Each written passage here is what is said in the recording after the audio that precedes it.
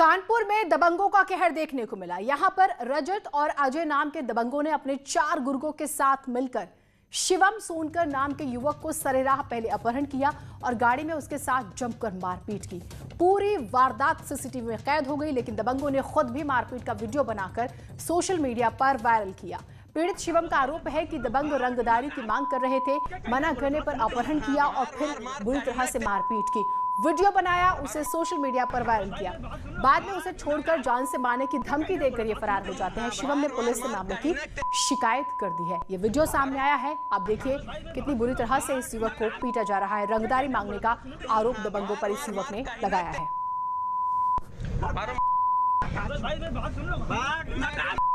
क्या कहने बोला था? सुनो तो। हाँ, मार मार मार कहीं ना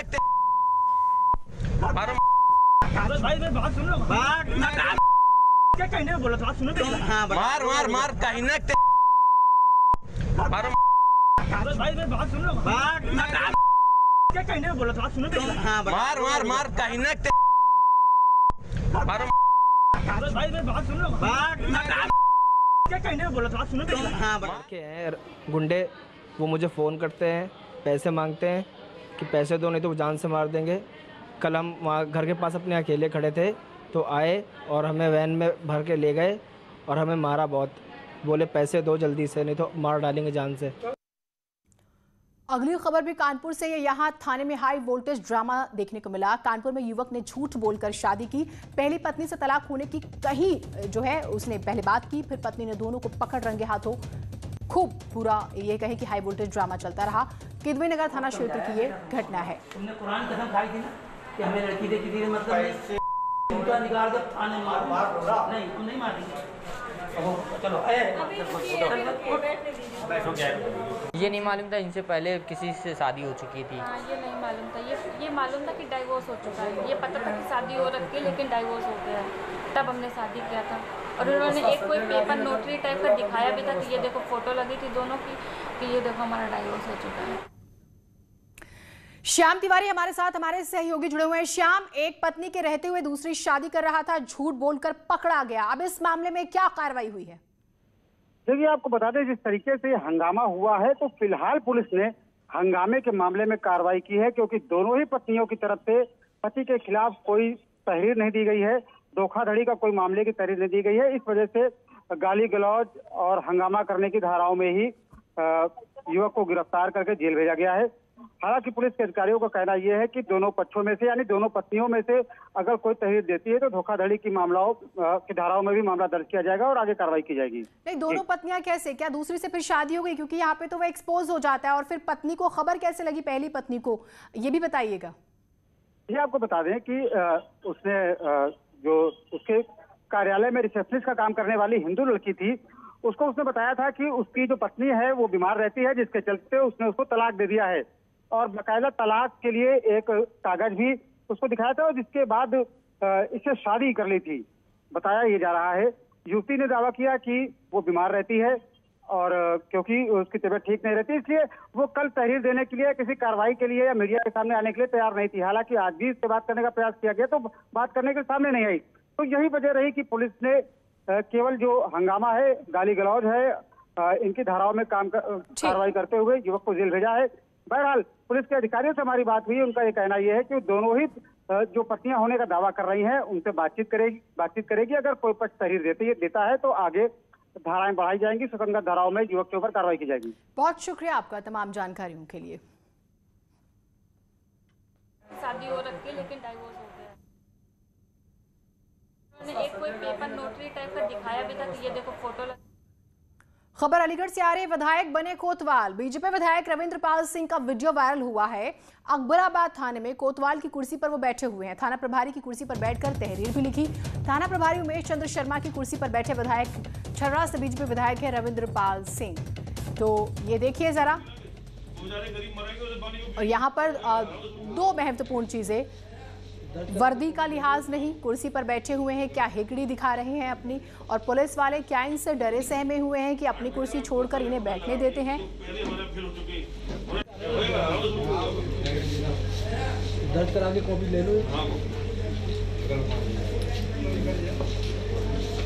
हमारे साथ हमारे सहयोगी जुड़े हुए हैं। रंजीत, सवाल ये कि अगर पुलिस कर्मियों की कुर्सी पर बैठने का शौक था तो आपको पुलिस महकमे में नौकरी जो है ढूंढनी चाहिए थी। कहीं ना कहीं दोनों ही तरफ से हमें कहीं की अपमान किया जा रहा है। जी निश्चित रूप से ये सत्ता के नशे में चूर हैं। ये छर्रा से विधायक हैं रविंद्र पाल सिंह। इन्होंने कहीं ना कहीं पुलिस की मर्यादा का ध्यान नहीं रखा, प्रोटोकॉल का ध्यान नहीं रखा, क्योंकि प्रोटोकॉल में इनको बराबर की कुर्सी पर बैठना था, लेकिन इन्होंने थाना प्रभारी को उठाकर बराबर वाली कुर्सी पर बैठा देते हैं और खुद उसकी कुर्सी पर बैठकर ऐसे हुक्म चलाते हैं जैसे यही कोतवाल हैं और जो ये कहेंगे वही होगा। उसकी कुर्सी पर बैठकर ये तहरीर लिख रहे हैं और फिर वही मुकदमा पंजीकृत कराते हैं। तो कहीं ना कहीं एक बहुत बड़ा सवाल खड़ा होता है कि आखिरकार ऐसे माननीयों के संग ऐसा व्यवहार क्यों किया, क्योंकि कुछ समय पूर्व गोंडा में भी ऐसा प्रकरण हुआ था जहां विधायक गोंडा थाने पहुंचे थे और वहां मारपीट हुई थी और वो भी मामला काफी हाईलाइट हुआ था। और सेम इस तरीके से कल विधायक कई लोगों को लेकर थाने पहुंचते हैं और कोतवाल की कुर्सी पर बैठकर मुकदमा पंजीकृत कराते हैं, तहरीर देते हैं। जी बहुत शुक्रिया आपका तमाम जानकारियों के लिए। सवाल तो उन पुलिस वालों से भी होगा जो क्या विधायक से डर कर रहते हैं, किस तरह की साठगांठ है। सुनिए जरा एक बार फिर से कैसे विधायक जी कोतवाल बने हुए हैं और कैसे हेकड़ी दिखा रहे हैं। दर्ज करा के कॉपी ले लो।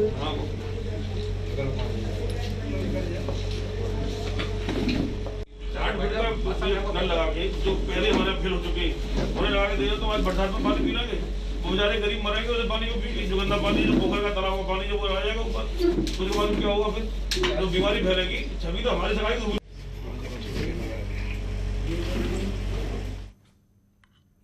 कानपुर से बड़ी खबर आ रही है। पुलिस और गांव वालों के बीच मारपीट हुई है। जमीन विवाद सुलझाने पहुंची थी पुलिस। गांव वालों से विवाद के बाद यह हाथापाई हुई है। मंगलपुर थाना इलाके का ये मामला है। तो जमीन विवाद का एक और मामला और मारपीट। देखिए जरा तस्वीरें हम आपको लगातार दिखा रहे हैं। बड़ी खबर कानपुर से, पुलिस और गांव वालों के बीच मारपीट हो गई है। पुलिस ये कहा जा रहा है कि इस जमीन विवाद को सुलझाने गई थी, वहां पर जो विवाद हो रहा था, लेकिन गांव वालों ने पुलिस कर्मियों के साथ ही हाथापाई की है। सौरभ हमारे साथ हमारे सहयोगी जुड़े हुए हैं। सौरभ, इस पूरे विवाद को बताइएगा। देखिए ये 7 भाइयों की जमीन का विवाद था, जो 7 भाई पूरे आपस में भिड़ गए थे और उसके बाद ये विवाद जो है तहसील पे पहुंचा। जिलाधिकारी के पास तो जाकर के आदेश हुआ कि तहसीलदार यहाँ मौके पर जाएगा और लेखपाल इस जमीन का बंटवारा कराएगा। लेकिन इसमें एक भाई जो है उसका आरोप है कि यहाँ पर जो थाने के दरोगा है वो लगातार दूसरे भाई का सपोर्ट कर रहा है। वो उसका निजी तौर से सपोर्ट कर रहा है। उनको कोई निजी लालच निश्चित तौर से पैसे दिए गए हैं, इस तरीके का इनका आरोप है। उसी के बाद ये पूरा मामला शुरू हुआ। जो विपक्ष था, जो दूसरा पक्ष था, उसमें पुलिस से पहले झड़प हुई और उसके बाद देखते देखते ये पूरा मामला हाथापाई में बदल गया। और लेकिन बड़ा सवाल ये है कि जब बंटवारा हो रहा था तो यहाँ पर लेखपाल और तहसीलदार का काम था, यहाँ पर पुलिस का कोई भी काम नहीं था।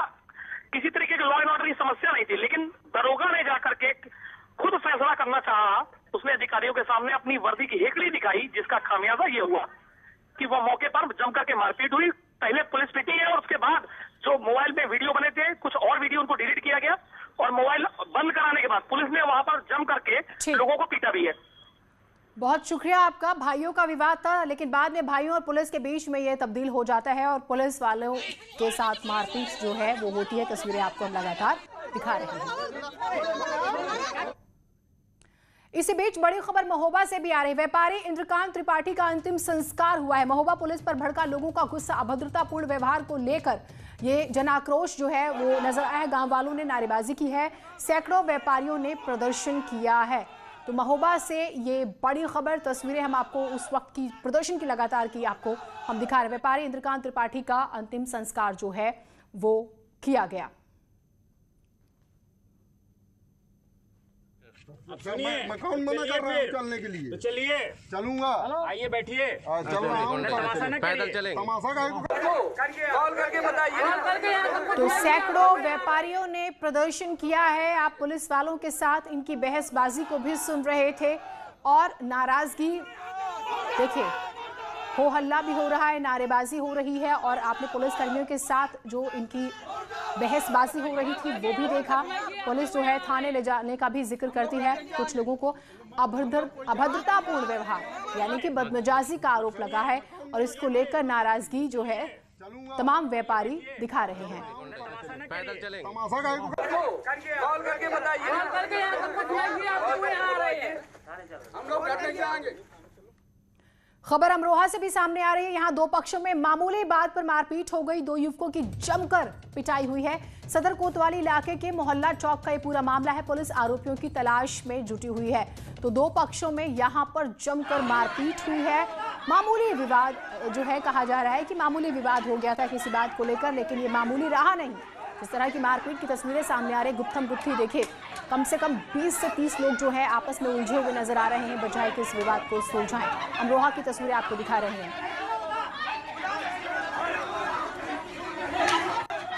तो चीखें महिलाओं की भी आप सुन रहे होंगे, भगदड़ से भी आप सुन रहे होंगे। मामूली बात को लेकर दो समुदायों का ये जिक्र हो रहा है यहाँ पर कि इनमें विवाद हुआ। अमूमन आप देखते हैं कि गली मोहल्लों में हो जाया करता, चाहे वो पानी हो, गाड़ी पार्किंग हो, रास्ते से गुजरने को लेकर हो, लेकिन ये इतना बढ़ गया कि मारपीट हो। आगरा में दो भाइयों के विवाद का जिक्र करेंगे। आपस में भिड़ गए, जिसमें एक भाई ने दूसरे पर डंडे से हमला कर दिया। पूरी घटना का वीडियो अब वायरल हो रहा है। पूरा मामला मंटोला इलाके का है। तो दो भाइयों के बीच का ये विवाद है, देखिए, और मारपीट हो जाती है। एक भाई दूसरे भाई पर डंडों से हमला कर देता है और फिर कोई इसका वीडियो बनाता है, जो कि अब वायरल हो रहा है।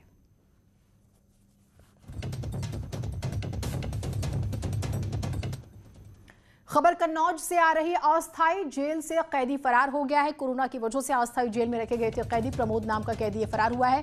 प्रशासन में अब हड़कंप है। खिड़की तोड़कर कैदी फरार हुआ, ये आशंका जताई जा रही है। सेंट जेवियर स्कूल में बनी है अस्थायी जेल। तो प्रमोद नाम का कैदी फरार हो गया। ये अस्थायी जेल है, तो ऐसा लगता है कि यहाँ की व्यवस्था भी अस्थायी थी। लापरवाही के आरोप लग रहे हैं कि आखिर कैदी फरार कैसे हुआ। खबरें अपराध जगत की ओर आपको दिखाएंगे। एक छोटा सा ब्रेक ले रहे हैं।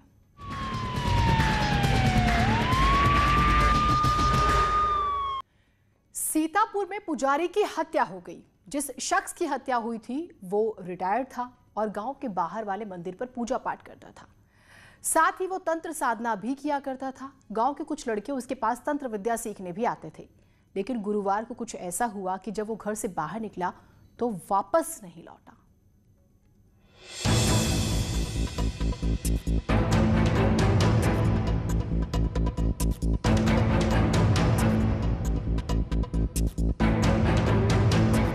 पुजारी कमलेश मिश्रा महोली थाना के सोनारन गांव में रहते थे। स्कूल से रिटायर्ड थे, इसीलिए पूरा ध्यान पूजा पाठ में लगाते थे। वो हर रोज पूजा पाठ करने के लिए घर से निकलते थे और फिर घंटों बाद लौटते थे।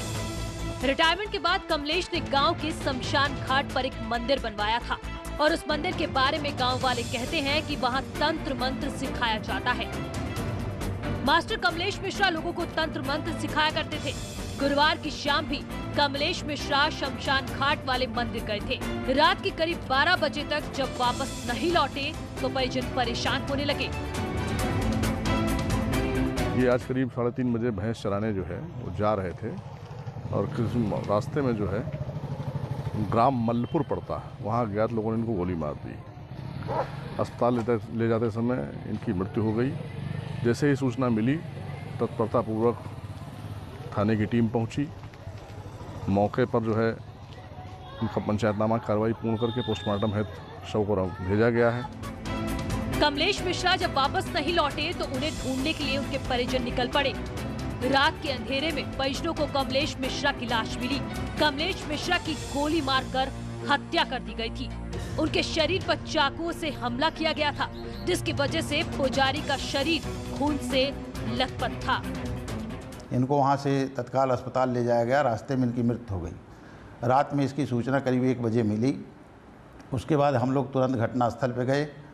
स्वाट सर्विलांस को लगाया गया, 3 SO लगाए गए, एडिशनल SP उत्तरी, CO, सभी लोग लगे रहे रात भर। पुलिस की टीमें लगातार इस हत्याकांड के आरोपियों तक पहुंचने की कोशिश कर रही थी। वारदात के 24 घंटे बाद ही पुलिस को इसमें कामयाबी मिली और 3 आरोपियों को गिरफ्तार कर लिया गया, जिसमें उसके 2 चेले और 1 महिला शामिल है। महिला का आरोप है कि पुजारी कमलेश मिश्रा उसका पुत्र प्राप्ति के नाम पर 2 साल से शारीरिक शोषण कर रहा था और अब जब 2 साल के बाद महिला को बेटा नहीं हुआ, उसने उसके चेलों के साथ मिलकर कमलेश मिश्रा की हत्या कर दी। न्यूज 18 के लिए सीतापुर से संदीप मिश्रा की रिपोर्ट। इसी बीच बड़ी खबर गौतम बुद्ध नगर से भी आ रही है। शव सड़क पर रखकर प्रदर्शन किया गया। देर शाम ड्यूटी से लौटकर युवक को अज्ञात वाहन ने रौंद दिया जब वो लौट रहा था ड्यूटी से, और अस्पताल में उपचार के दौरान उसकी जान चली गई। परिजनों और ग्रामीणों ने शव सड़क पर रखा, प्रदर्शन किया। थाना इकोटेक 3rd क्षेत्र के सैनी सोनपुर गांव की ये घटना है।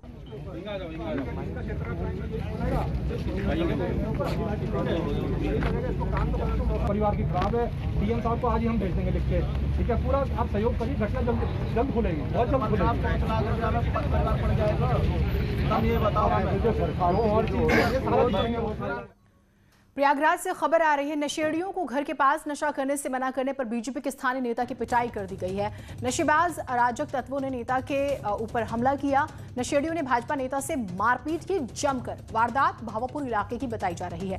भाजपा नेता के साथ मारपीट की पूरी वारदात सीसीटीवी में अब कैद हो गई है। सिर्फ इतनी गलती थी कि नशा करने से मना किया था, और ये बात इन नशेड़ियों को पसंद नहीं आई थी।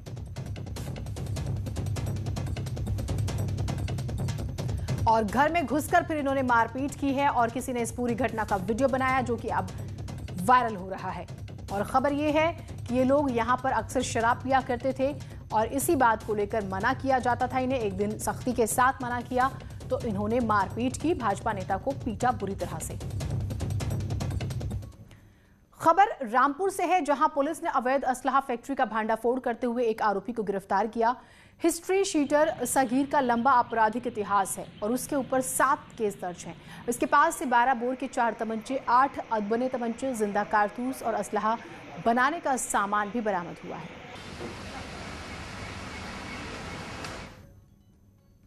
और यहाँ पे एक छोटे से ब्रेक लेंगे। ब्रेक के बाद उत्तराखंड की खबरें देखिएगा अनुपम के साथ।